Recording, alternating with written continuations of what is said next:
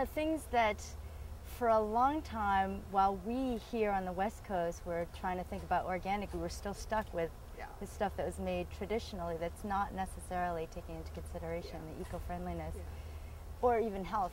I mean, we didn't know what was in it necessarily. They were just age-old recipes and traditions. And you know, age-old is interesting because age-old, in some ways, if you're talking about traditional Asian cuisine, is, for instance, a lot of MSG. Yes. And so I'm committed to doing no MSG whatsoever. And so that's where... Bless you.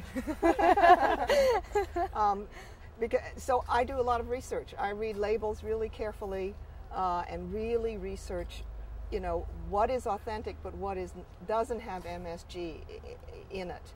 And that's hard because a lot of Asia has gone away from the traditional and into the chemical with MSG.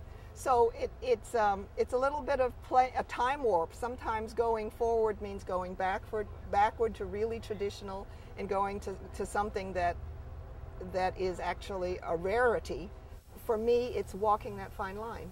I want to go backwards far enough where age-old is actually not the recent age-old, because MSG has taken over so much of Asian cooking.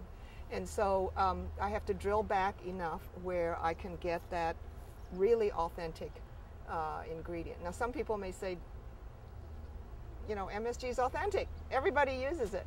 But I'm trying to get to the purer, more authentic way of cooking and of tasting. And do you find that takes more time or is more laborious? Because I think that's what people tend to assume, that what's developed so far has been developed to be more convenient and easier to prepare or quicker. And so, you know, I always wonder if I go back to do it the traditional way, and I like to do that just to, you know, learn and experiment, it'll take me more time, but I assume that you can't afford that. I don't think I would make that a blanket statement. Okay. For example, I think if you go back far enough and you have pastured chickens, which is what all chickens used to be, and pastured pork products and wild seafood, you don't have to cook anything in a very complicated way. Yes. When that original ingredient is raised so well. Steamed chicken, dip it in a wonderful soy sauce, it's delicious. Mm-hmm. And so I think simpler sometimes comes from out of the harder work of sourcing a really good ingredient, something that's grown well. So, and I don't think it's just true of Asian ingredients. You know, I think I was talking with a friend who's Irish descent, and he said, well, I don't have the palate you have. I just grew up with potatoes and chicken from the farm and a pork chop, and all we did was just bake it and eat it. And I said, I'll bet that pork chop was really good. I'll bet that chicken was really good, and you didn't need anything on it but salt, because it was raised in a very small scale, and it was fed the right things, and you had it really, really fresh. And I think, so the hard work comes on the back end with the research and searching out the product, tasting it, and then saying, how can I cook it so that it's really transparent how good this product is? Yes, so that its goodness comes through. Yeah. I was teaching a class on Asian vegetables to some of the chefs on campus, and I was saying to them, stir-frying a green vegetable is like making a beautiful hot salad. And if you really do it well, all you need is oil and salt. Just like if you had beautifully grown arugula, you just want the best olive oil, some salt, and some garlic. That's all you want for a stir-fry. A stir-fry green vegetable is a hot salad. And it should be that direct, that transparent, and that delicious. I love that analogy. Yeah. And it doesn't take that long to cook it if it's not so complicated. And that's right. It just tastes good almost raw, so you're just like giving it a little toss to make it hot. Grandma's food. I've been accused of doing grandma's food, so to a certain extent I do. Yeah. Grandma's very wise.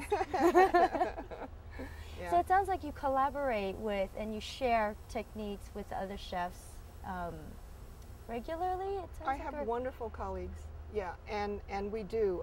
All the chefs here support each other in whatever it is, digging deeper to look for the the producer that does the best stuff, finding an ingredient nobody else knows about, reading each other's menus and saying, great menu.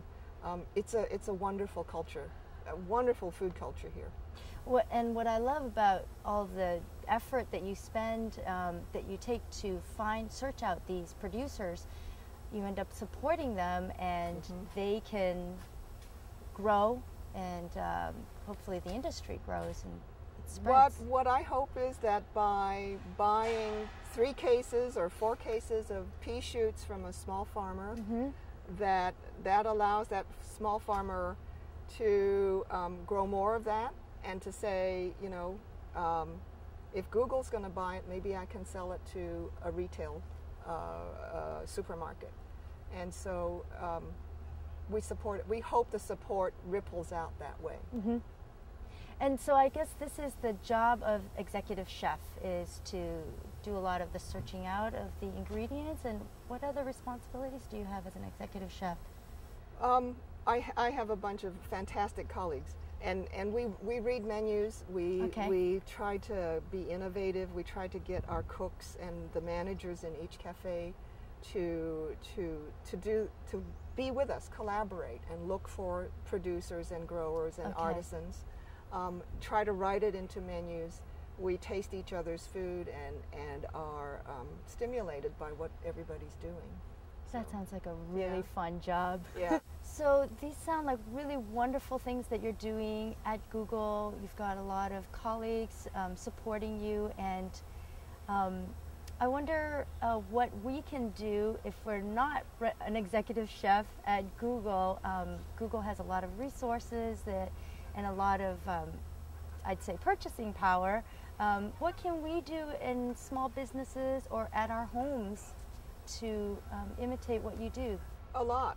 What I'm doing here is what I do personally, which is 1, go to farmers markets, 2, just be well educated about what I buy and who I buy from.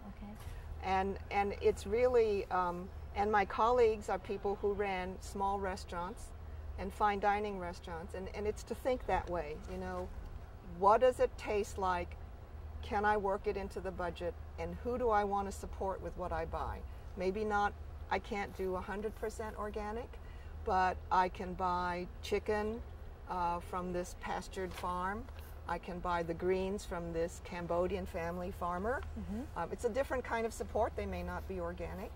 I will buy less butter, but I will buy organic butter, and so forth and so on.